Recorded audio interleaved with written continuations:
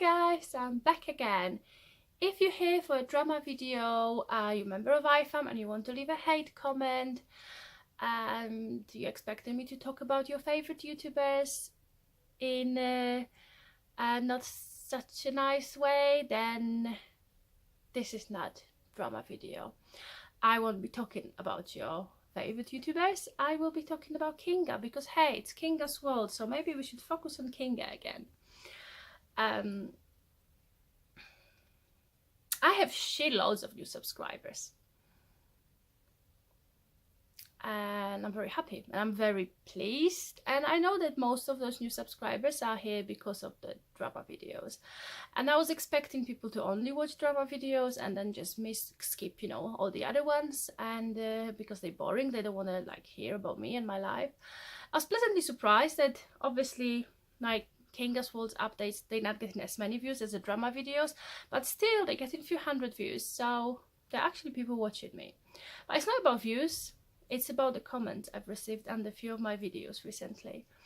I've been very open about my infertility struggles, about our trying to conceive journey, very difficult journey, and amount of love comments, not hate comments, but comments full of love, kind comments, comments full of encouragement, comments from people telling me that they're praying for me.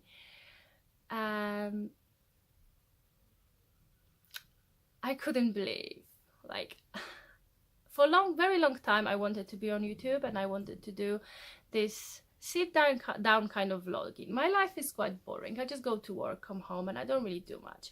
Because of my anxiety, I don't go out a lot and I don't make friends easily, and the friends I have, I don't see them a lot. Once again, I cancel lots of plans due to my anxiety. So I wanted to put myself out there on the internet and do this kind of sit down kind of vlogs, like when I just sit and talk. But I was worried that like what people is going to think about me and all that. A few months ago, I became a bit more, I don't know, not positive, but like more confident, and I said like, this is my channel and I can say whatever I want on it. If people don't want to watch it, they don't have to watch it. And in the last few weeks I've realized that people watch this channel and watch my videos, and some of them actually can relate to the problems that I'm facing. So I'm not saying I'm gonna stop making drama videos, because hey, people like them and I'm here to entertain you. But I also want to focus more on Kinga's world. And from the comments I've received, they were not just comments of encouragement and love and kindness.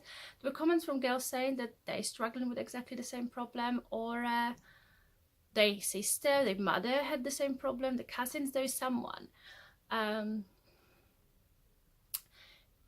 Infertility, it's a very lonely place. You feel like you're in this club, but it's not a special club that you want to belong to.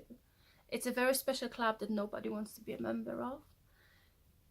You feel like all your sisters, your cousins, your friends are getting pregnant and having babies, and you don't. You feel like you're not a real woman because you can't do one thing that like every woman wants to do. You can't become a mother. I'm glad that I've been diagnosed with underactive thyroid and Pcos now. In, I think it was 2016 when I was officially diagnosed. What I'm happy is because if it was 10 years ago, I would feel super lonely with my diagnosis. Thanks to internet, thanks to Facebook groups, thanks to Instagram groups or Instagram accounts, thanks to YouTube videos, I know that I'm not the only one, and I know that there's loads of women who suffer with exactly the same problems. They fight in the same battle every single day. They have the ups and downs just like I do. Today was the first day that I officially like looked around and I could say that I understand that I'm 1 in 7. According to NHS website, 1 in 7 couples are struggling with infertility. 1 in 10 women have polycystic ovarian syndrome. Today I had another appointment at the fertility clinic. They were doing another ultrasound to see if my follicles are growing and if I'm likely to ovulate this cycle. And the news wasn't great. My follicle, the dominant one, is not growing as much or as fast as they want it to grow, which means that most probably this cycle is going to end up as being unsuccessful. Am I upset about it? I am upset about it, of course I am. But at the same time, this cycle, I've been a step closer to getting pregnant than I've been for the last few years. Without medication, without Clomid, I wouldn't even be dreaming about growing follicles and all that. So even if this cycle is not successful, well, we're gonna try the next cycle. There is still hope. I'm still going to have a couple more ultrasounds to see. But as I said, I'm not very hopeful. So this is the update for those who've been saying, like, you know, how you keeping your fingers crossed for me. Doesn't look like this cycle is going to be our cycle to get pregnant. Plus, on top of everything else, my husband is going away for a few days. So if I happen to ovulate and he will be away, then unless I want to go out on the street and find a sperm donor, then nothing's going to happen. I think I'm getting a bit blurry. Hold on, that's better. But while I was waiting for my appointment, I looked around, and it's so weird to see that infertility doesn't like pick one race, one age group, one kind, you know, profession, one body type. No, infertility is not picky. I go for my ultrasound to a private clinic, and no, I don't make enough money to have private treatment. I am an NHS patient. I've just been referred to have some of the tests done on NHS at a private clinic. Today was the first time that I've waited for my appointment for quite a long time, and I had a chance to look at the price list. And oh my God, if I didn't have a chance to get some of obviously this test done on NHS and all that, I could have never afforded it. Not even with both of us working full time, I would not be able to afford it. We still don't know if we're going to have to go through IVF or not. Obviously, we're going to try Clomid for a few cycles, and if that doesn't help, we're going to look into other things.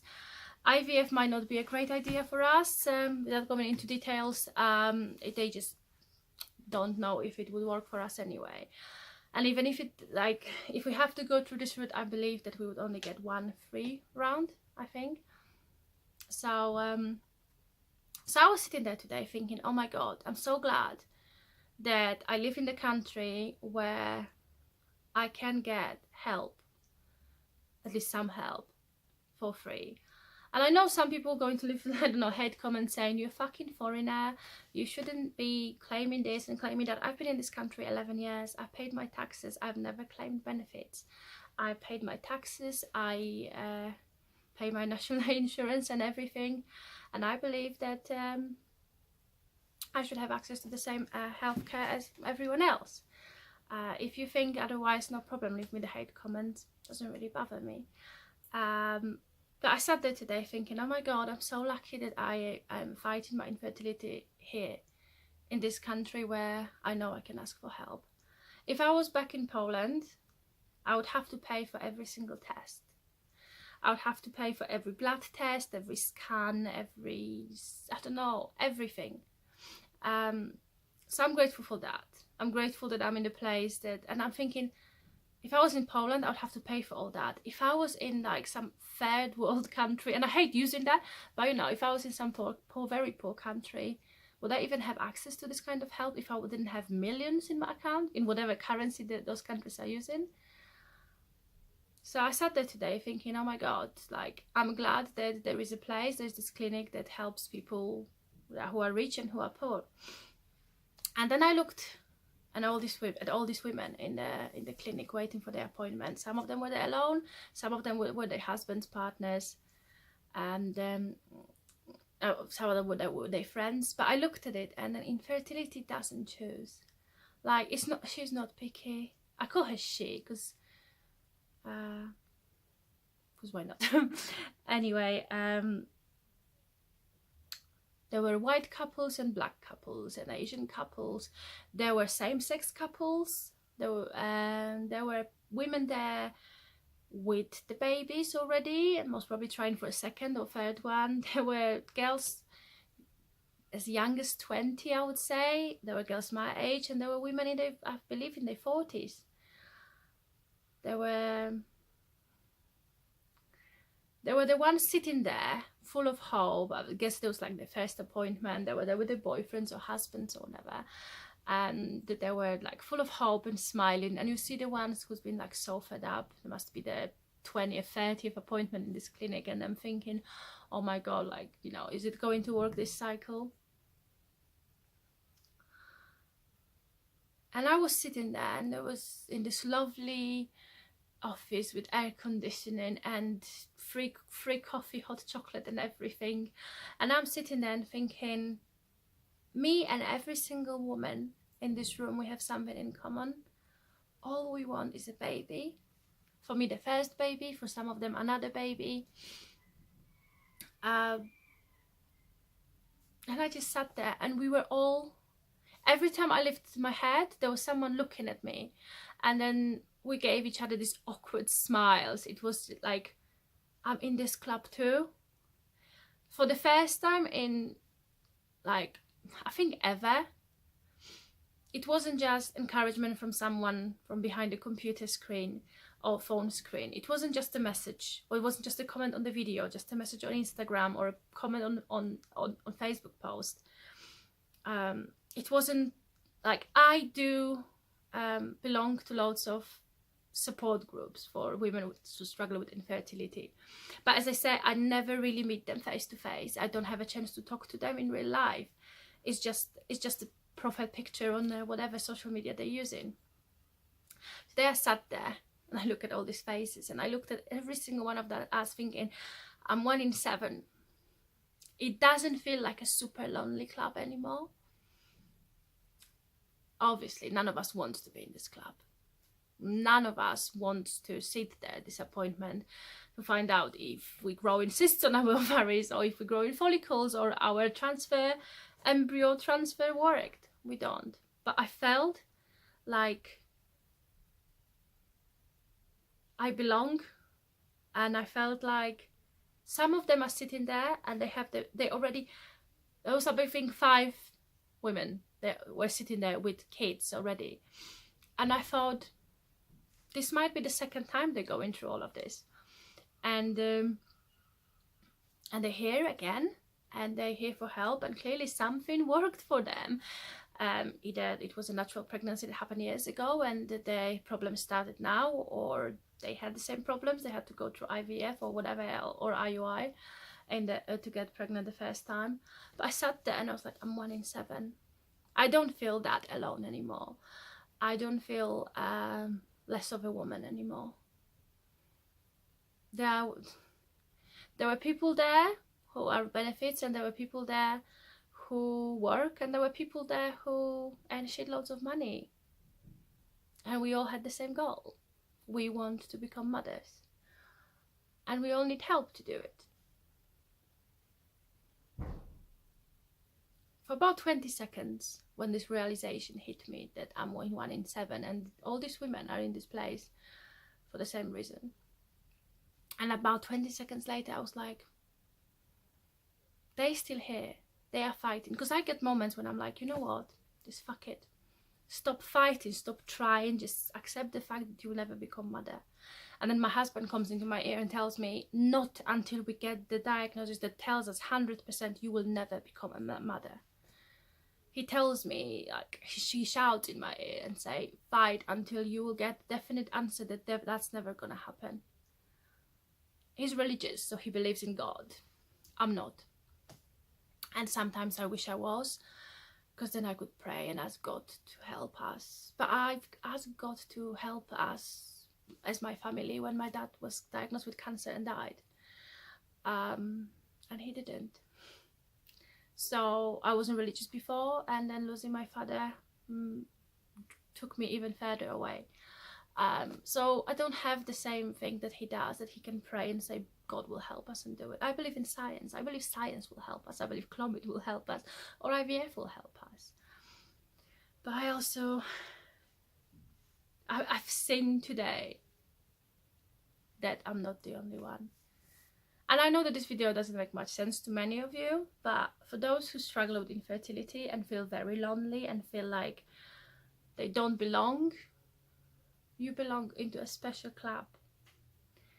The club that you might not want to be a part of, but if you're a member of this club and then you do end up getting pregnant and having a baby in the future, you will be able to tell your child this story about the struggles you went through and the joy that becoming pregnant was. And I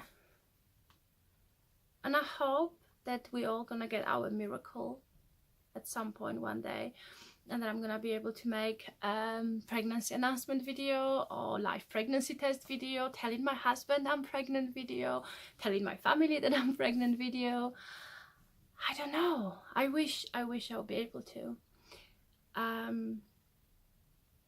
I want this channel to be a lot about me and my struggles and my successes, my achievements, and all that. So, and I want to make more videos about me, my health, my mental health, physical health, because I'm hoping, like, I got lots of help and lots of encouragement from the videos I watch on YouTube. So if you watch videos, if you are looking for this kind of videos to help you, if you've just been diagnosed and you don't know what polycystic ovarian syndrome is, you don't know what you can do to improve your fertility, you don't know how to lose weight if you have underactive thyroid, I'm gonna try to help you. Like, I found help for myself from YouTube, from Instagram, and from Facebook. So I'm hoping I could be someone who would help at least one person. So if you have any questions, any video ideas, whatever you would like me to talk about, either based on my own experience or you want me to do some research and talk about something, I'm happy to do it. If you're still here, that means you're definitely interested in fertility issues. If you clicked and you're still here thinking, oh my god, she's so boring, then leave a thumbs down, no problem. Then I'll know that people hate these videos, they don't really like them. But once again, this video is mainly to say I'm 1 in 7 and I'm full of hope and I'm very positive. And thanks for watching. Thanks for watching my channel and subscribing for the last few weeks, because, like, oh my god, I can't believe it. Like, I have 400 subscribers. Yeah, I'm gonna go now because I can sit here and talk for ages. Maybe I should do a live. Everyone around me is doing lives now and telling me, like, Kinka, you should do live. I used to do lives all the time, and then, like, I don't know why I stopped. So yeah, let me know if you want me to do live, then maybe I'll do it. Bye guys.